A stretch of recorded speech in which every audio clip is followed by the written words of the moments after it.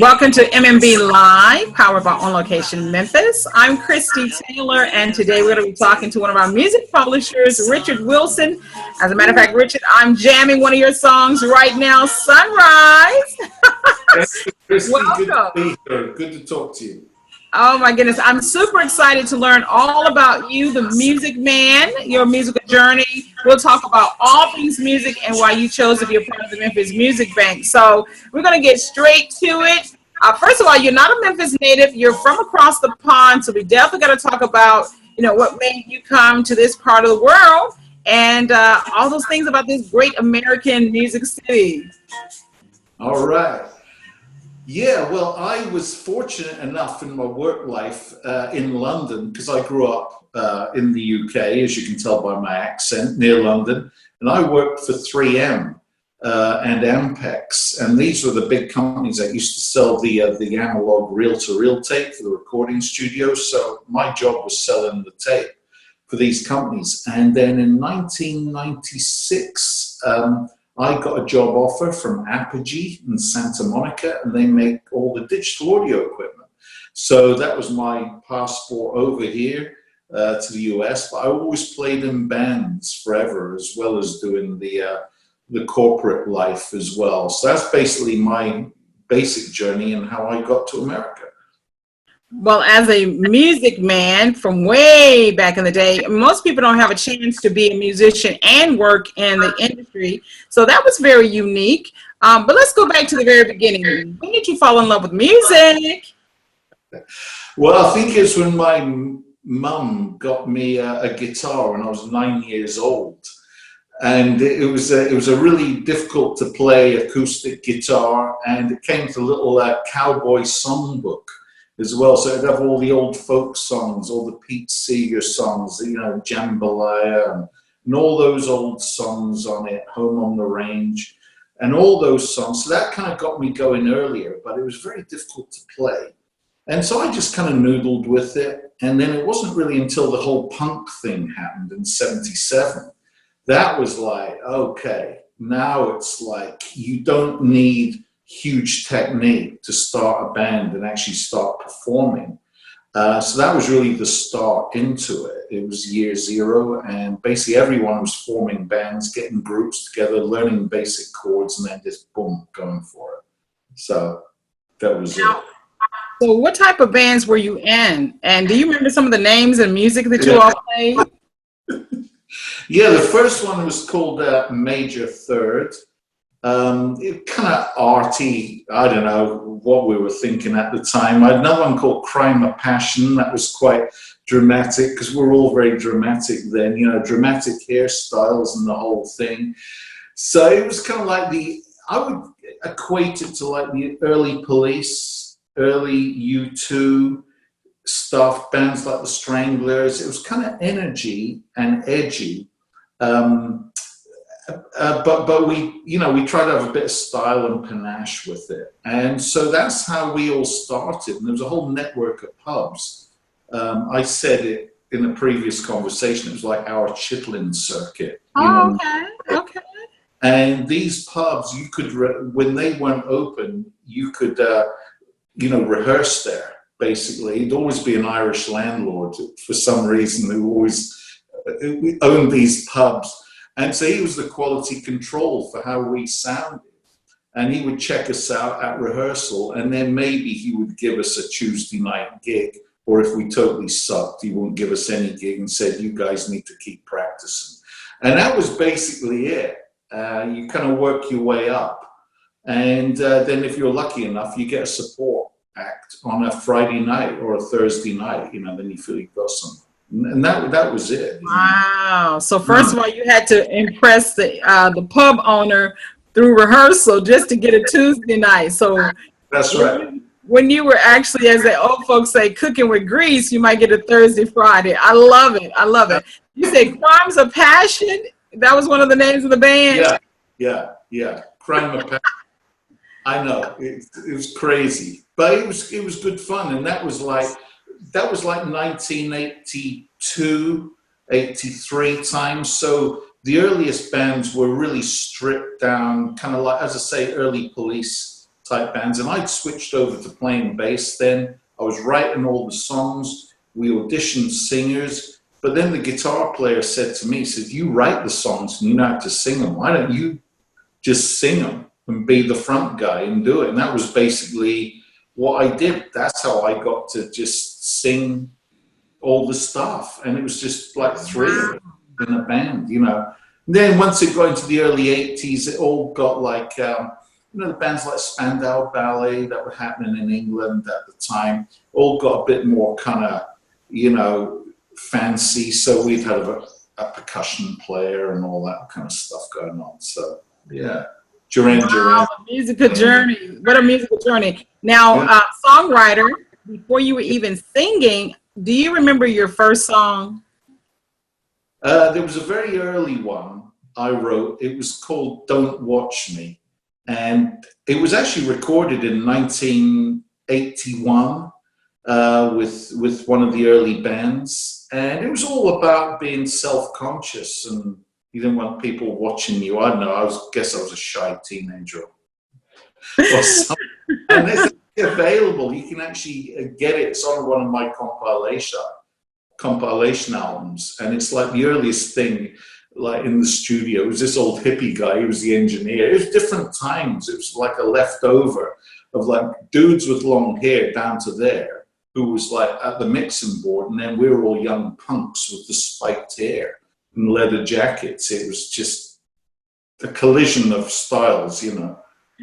You know, Richard, to imagine you with a punk hairstyle right now. I've had my moments. It was blonde. It was bleached blonde and spiked up because I loved Sting. You know, and if you think back to the early Police in the late 70s, that was the look.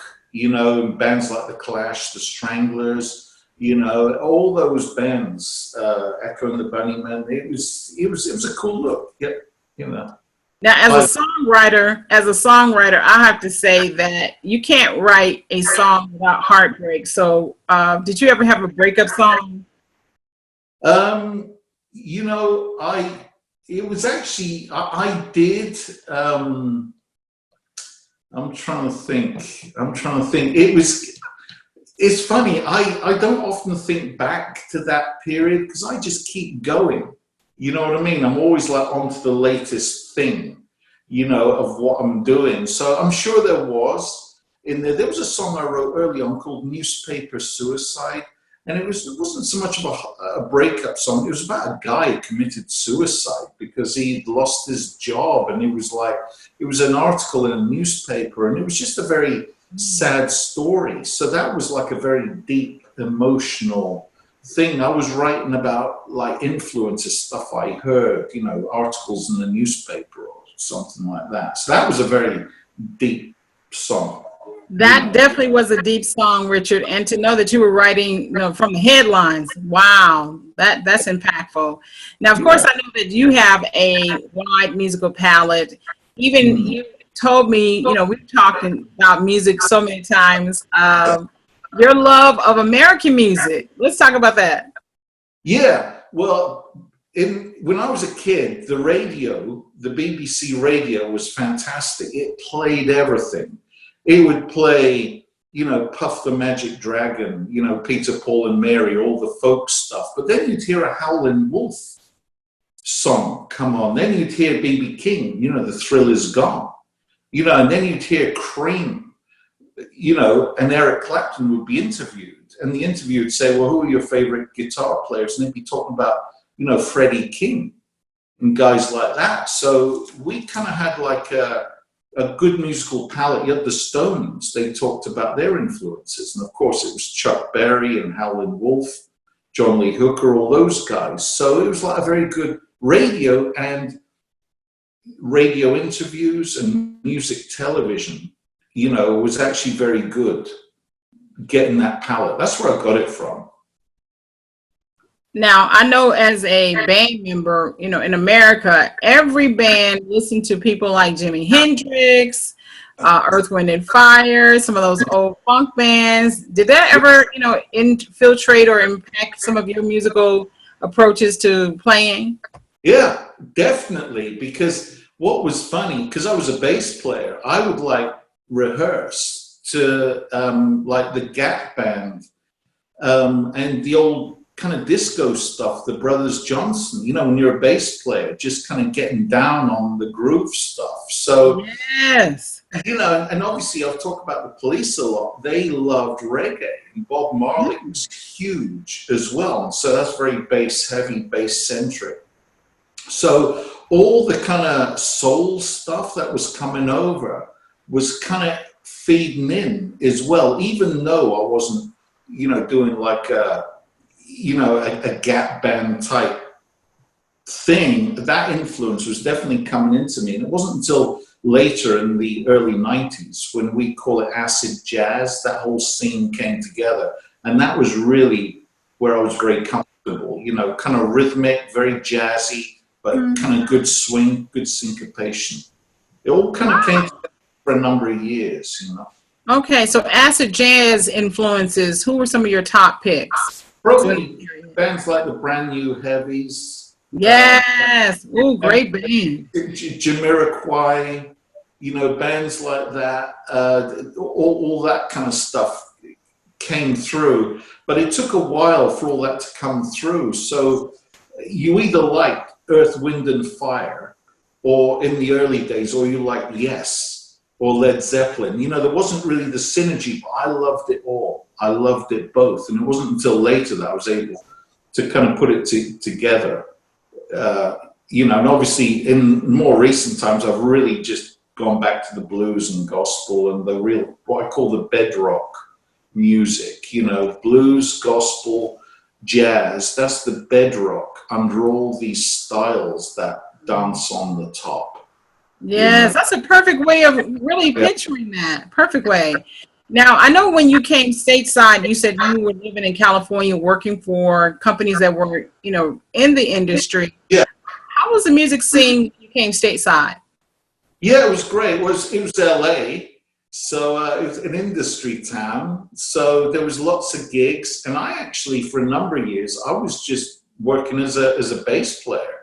You know, just sitting in with bands who had the whole thing together. It was the early days of websites and all that stuff. They had all gigs on the Sunset Strip and stuff. And there was a band, they were probably a bit like a Duran Duran kind of band. And so I was with them. They were called Smacker Jack.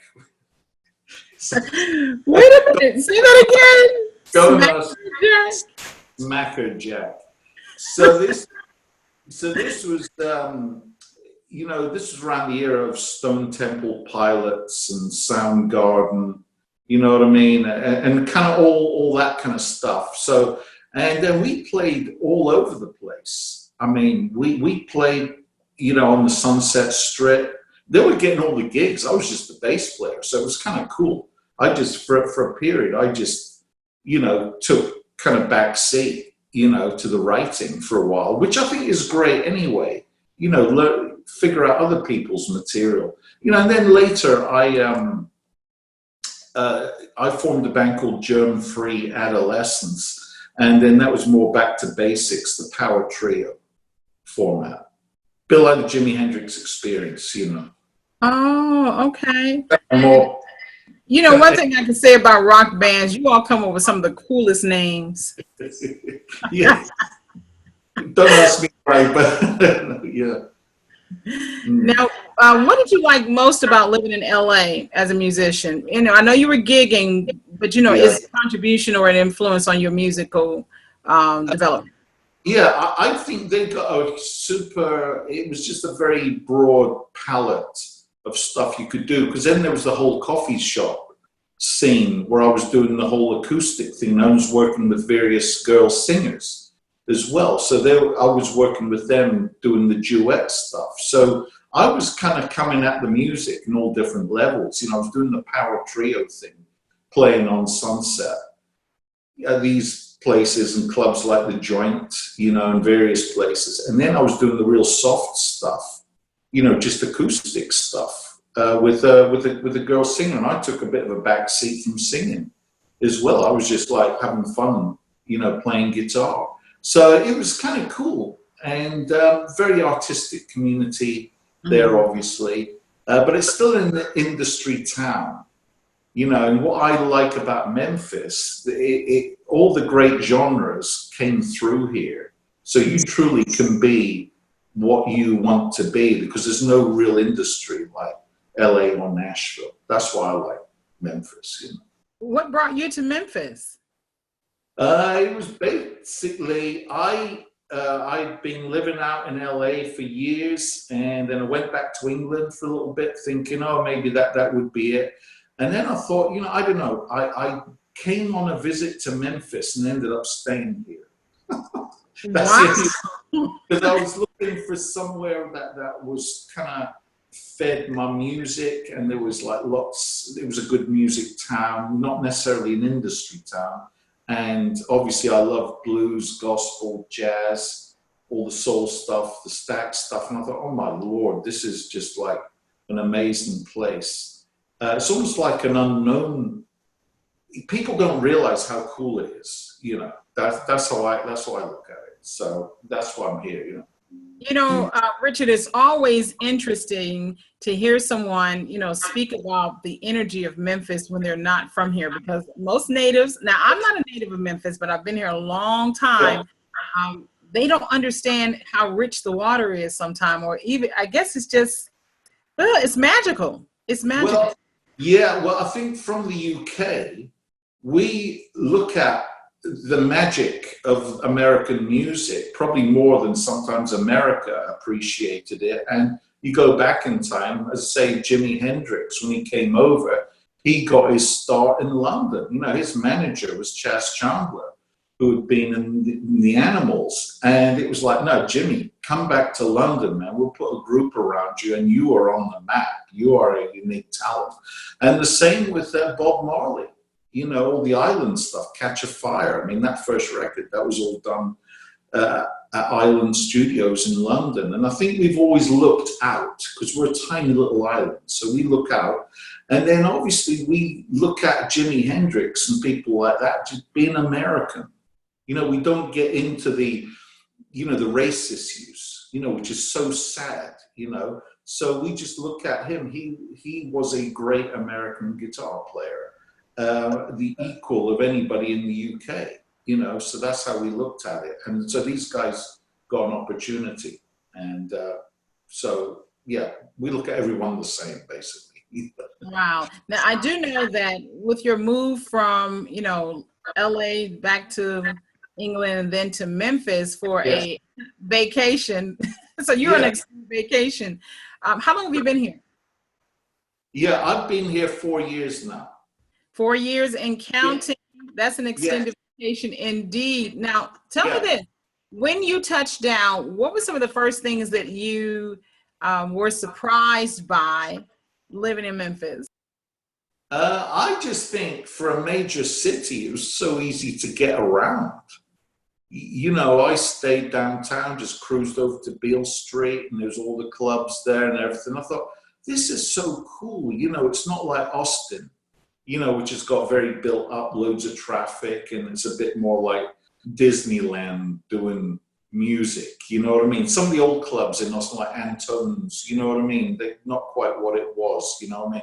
Where here it still feels pretty real, you know, that's what I like. And the fact there's a load of places, you know, that does music, which is great for me, because I do nothing but original music, you know, and it's more welcoming in that sense. Even though it's kind of got the blues gospel basis to it, no one's really dictating, oh, you need to be doing this set or you need to be playing this stuff or whatever, you know what I mean? It's you can do your own thing. So you did speak about that, you know, we have a lot of places where we enjoy live music. Yeah. A lot of live performances, and I've lived other places, and truly that's a rarity. And it's across every single musical genre. And I think we do a lot of hybrid too. Yeah. Oh, definitely. Yeah, absolutely. Yeah, totally. Yeah. I mean, because all the genres are from here. So you can do a mix of jazz and blues and maybe some soulful feel in there as well. And it's all valid because, as I say, for me, it's the bedrock, you know, saying about those like 3 or 4 bedrock musical genres that are underneath, deep in the earth. They're all here, you know, they all came from here. Now, Richard, you have been enjoying the last couple of years, I know, a lot of live gigging. Yeah. And let's talk about some of the places you've had an opportunity to play and what was the response? Oh yeah, well I've been playing regularly at the Mesquite Chop House downtown on Union, and they have me there every month. You know, I play there like twice a month down there, and hopefully that will all be coming back eventually.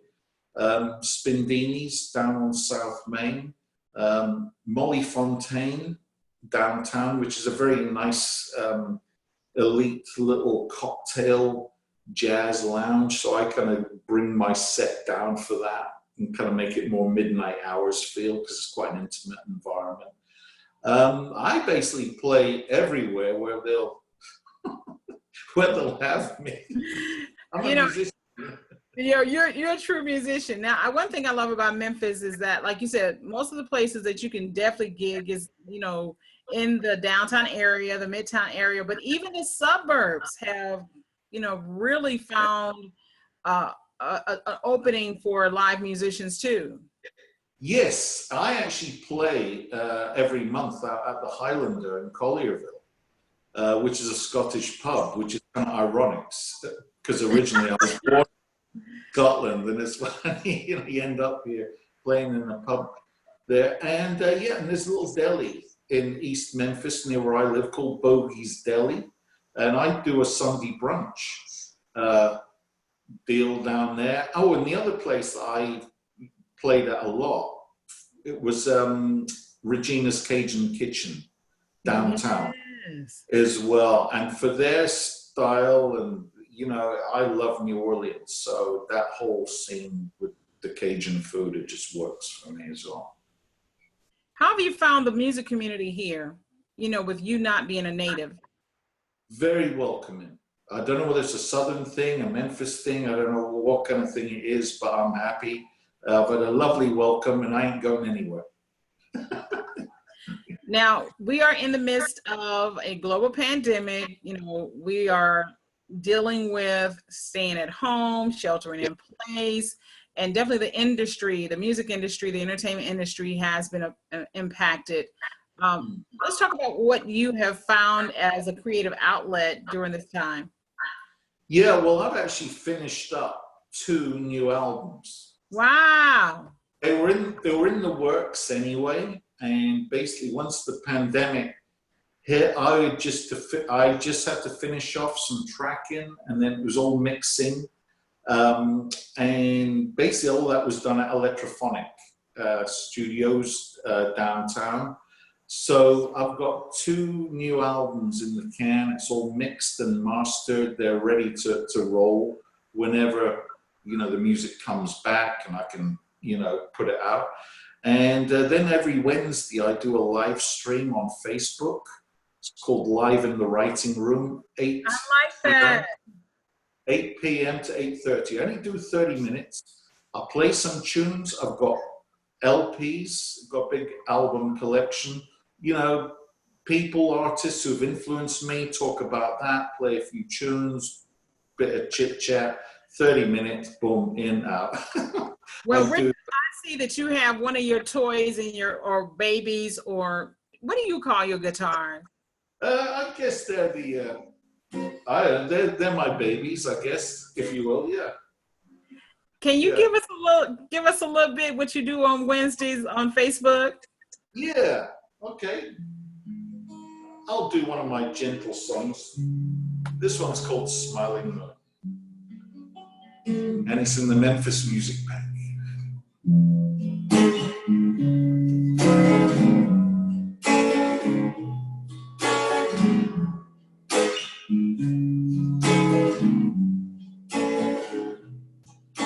Smiling eyes, there's nothing to disguise.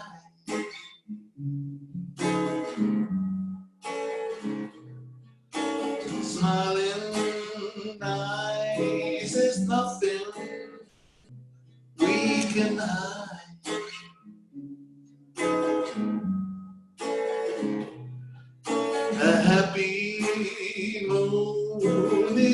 looking down on us.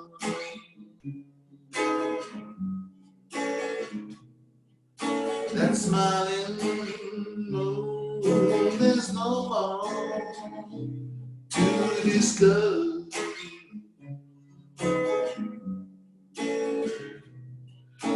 It's only love sent from above.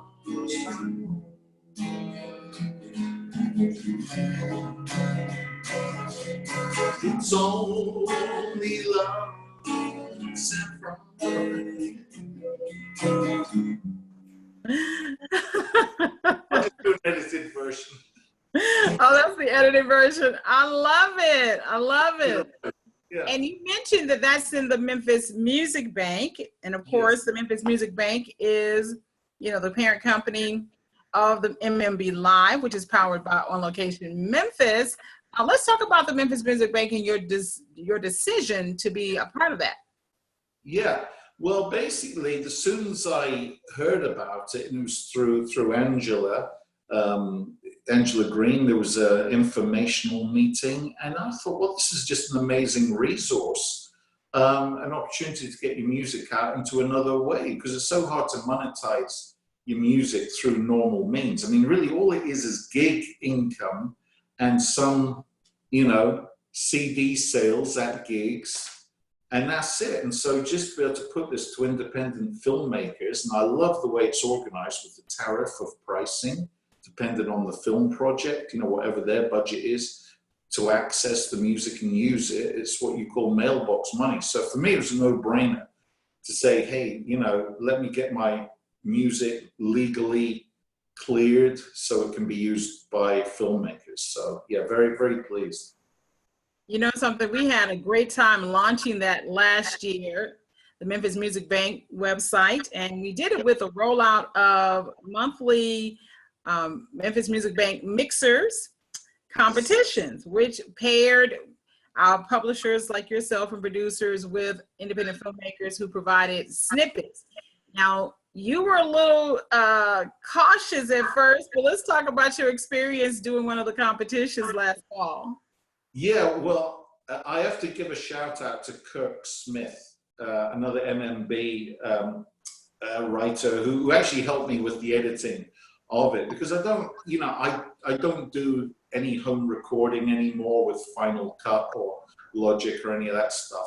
And so he was able to just kind of, you know, get my song edited to the different clips on it. And I was really happy the way it came out. I didn't win, but hey, I was just happy for it to be part of it. And I think it went down okay, the stuff I put out there. What did you learn about, you know, just the whole film and music relationship through that experience? Well, I think it's all networking. I mean, it's really just knowing the people. Otherwise, without MMB, we would never know who's making film, and they would never know about us. And maybe these film producers, once they know the artist's style and genre, they dig deeper into your songs and think, you know what, this particular song, maybe the one I just played, that actually could be good just for a little scene, you know, just to set something up. So it's definitely good to help to bring the film people with the music people together. I love how you explain that, Richard. Oh, look at you. A Memphis Music Bank ambassador indeed. Now, when it comes to your particular catalog that's in the Memphis Music Bank, for those who are interested in your style, what can you kind of give them a taste of what you have? Yes. Okay. So basically, I've like bossa nova stuff. Kind of like this.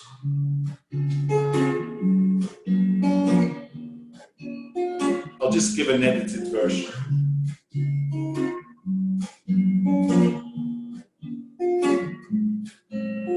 Walk into my life, tell me that you want it to.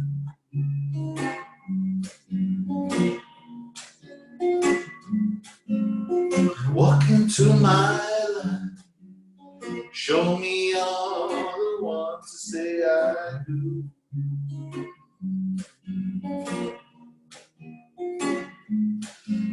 Don't disagree, fine harmony, chivalry if it all goes wrong.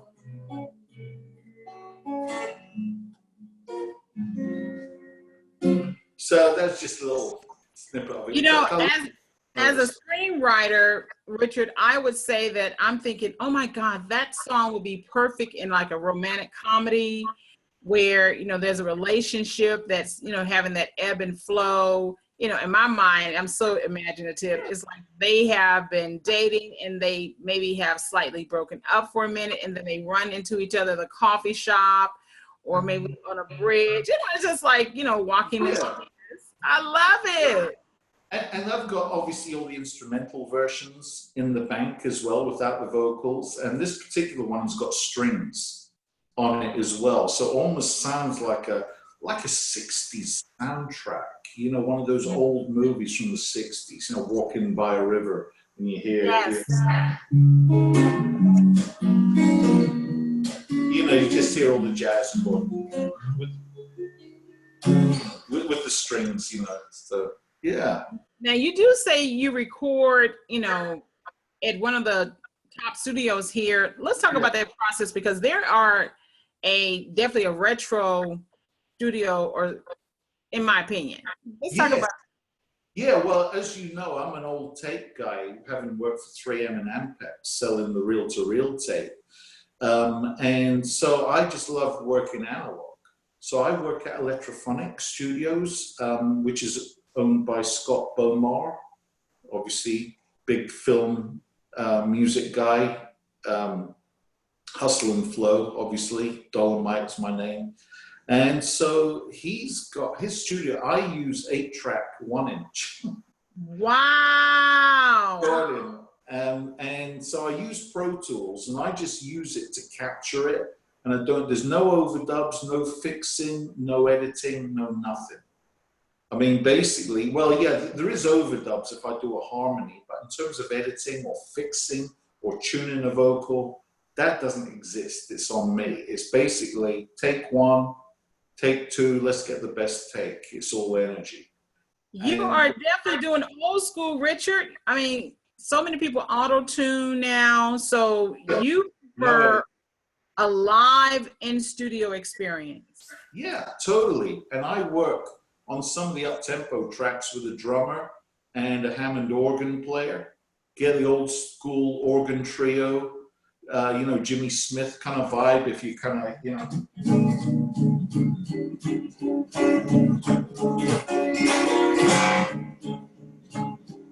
You know, kind of if you're doing that real grooving, kind of jump blues stuff. And basically we just capture it in Pro Tools and then we just run it out to the analog machine and really just pump the levels. It all warms up the track, you know, pulls all the elements together, all the frequencies together. And that's basically how we do it. The board is like from the 60s or the 70s. All the outboard gear is like, yeah, it's Pultec equalizers, you know, stuff that the Beatles used to Abbey Road in the 60s, or, you know, High Records was using here, or Stax was using here way back. It's an old school sound. And, you know, I crossed paths with Don Bryant at that studio quite a lot because he records all his stuff here and he's got like a lot of the High Records people still playing with him. And so he uses it, and that's a huge testament to me because I love Don Bryant and his style obviously is from the era that I love. So that's kind of the vibe. It hasn't changed. You walk in there, it's like walking into 1965, you know. I would dare to say that 1965 was the year I was born, so I'm not gonna go into that too far. But yeah, one thing I do love about Memphis is that every generation of musician is represented. A lot of the recording studios, a lot of the clubs. I mean, you're right. I mean, we have 1940s style stuff still going on, all the way up to, of course, you know, 21st century, all day and night. So to be a musician in this town, yeah, you can get it here. You can get it here. And Oh, as yeah. you said, we're definitely trying to now make that relationship connection between the amazing musicians that we are noted for and the emerging independent film market that's also being created here as well.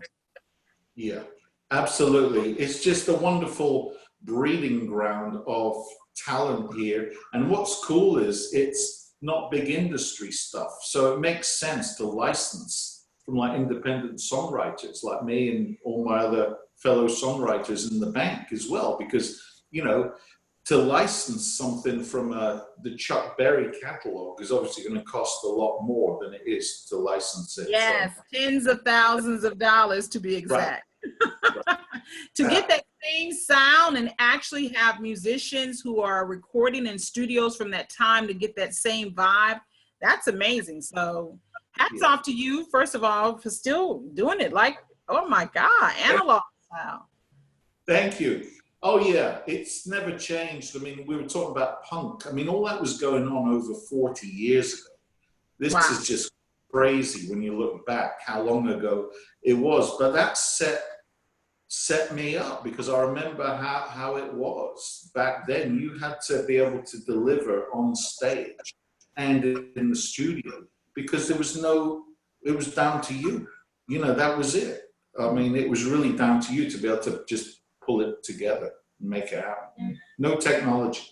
No technology, one take. Aretha Franklin was known as a one-take queen too. She was a one-take queen.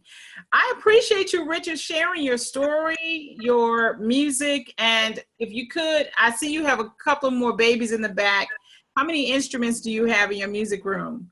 Well, I've actually got about 10 guitars in total. Oh, wow. I know they all do different things. You know, I've got like, you know, a jazz box, you know, it's a bigger kind of jazz one. And then I just have like a load of Telecasters. I love Fender Telecasters, and I can play everything on here. So even if I do like a real jazz song that I write on the big jazz box, then I tend to play it on these. And the reason I play a Telecaster, that in the old punk days, that's a beautiful one too. I love that woodwork. Oh my goodness. So push that up a little more. Oh, that's gorgeous. Yeah, it's pine. It's made. Oh, gorgeous. I love that. Yeah, pine. And some people think pine is only good for making coffee tables, but you can actually make a coffee table that looks like a guitar. Gorgeous. And so basically the reason I play the Telecasters is that in the old punk days, a lot of the guitar players play them because if you break the neck, you can bolt on a new neck. And it was pretty tough if you needed to defend yourself from a flying beer bottle. Oh, not a flying beer bottle. Oh my God. So that's why. And all these years later, I'm still playing these Telecasters. So. Well, I have thoroughly enjoyed myself, Richard. You Me know, too. Share a little bit more from your music catalog, and then we're going to give you a chance to let our viewers know how they can stay in touch with you. I got you. Well, I'll just do a couple of verses of this kind of shuffling blues song. This one's called Nothing to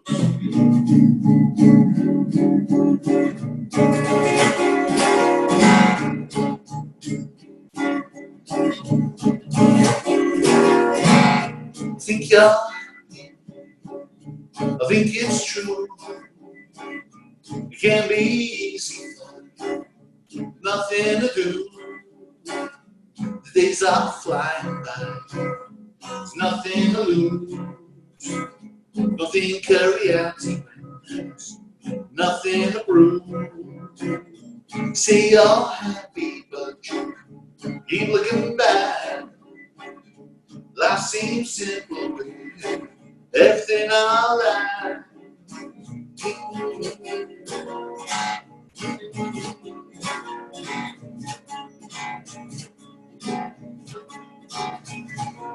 I've got nothing to lose, but sing those second blues. I've got nothing to prove, won't about me second.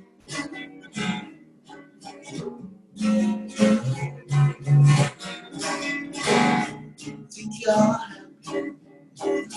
I think it's true. That was just a little edited version. I love that. You know something, listening to your vocal on that, I'm thinking about Michael Franks. Ah, okay, The Art of Tea. Yes, Popsicle Toes, all that. Oh, Michael Franks, yeah. And a little Michael Bublé. Mm-hmm. Yeah, I like, I tend to have a smooth vocal style because the other part of my influence, I was talking about the radio in England, it was all the crooners. It was Andy Williams, you know, it was the soft Motown stuff, Smokey, you know, or before that it was Nat King Cole. Yeah. You know, the smooth, unforgettable. Yeah. Yeah. Yeah, I love all that. And I was singing along to that when I was a kid on the radio. Before I could play guitar, I was singing. So I like a softer vocal style with the whatever I'm doing on the guitar. Well, all of those crooners have done very well. Yeah. Hey, so there's hope for me. I can end up in Vegas being a lounge act, you know, maybe one day. Never know. Oh, I love it. I love it. I love it. Now, Richard, we're going to do the wrap up. Definitely, we want them to check you out in the Memphis Music Bank.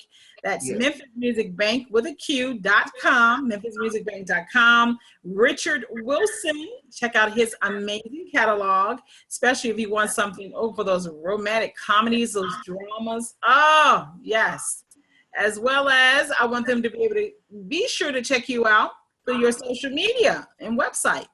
Yes, and my website is galaxytracks.com. That's GALAXYTRACKS.com. And there's all the links to the social media, YouTube, Facebook, Instagram, everything. And then I do the weekly Facebook live show where I talk and I play. And I've got that going as well every Wednesday.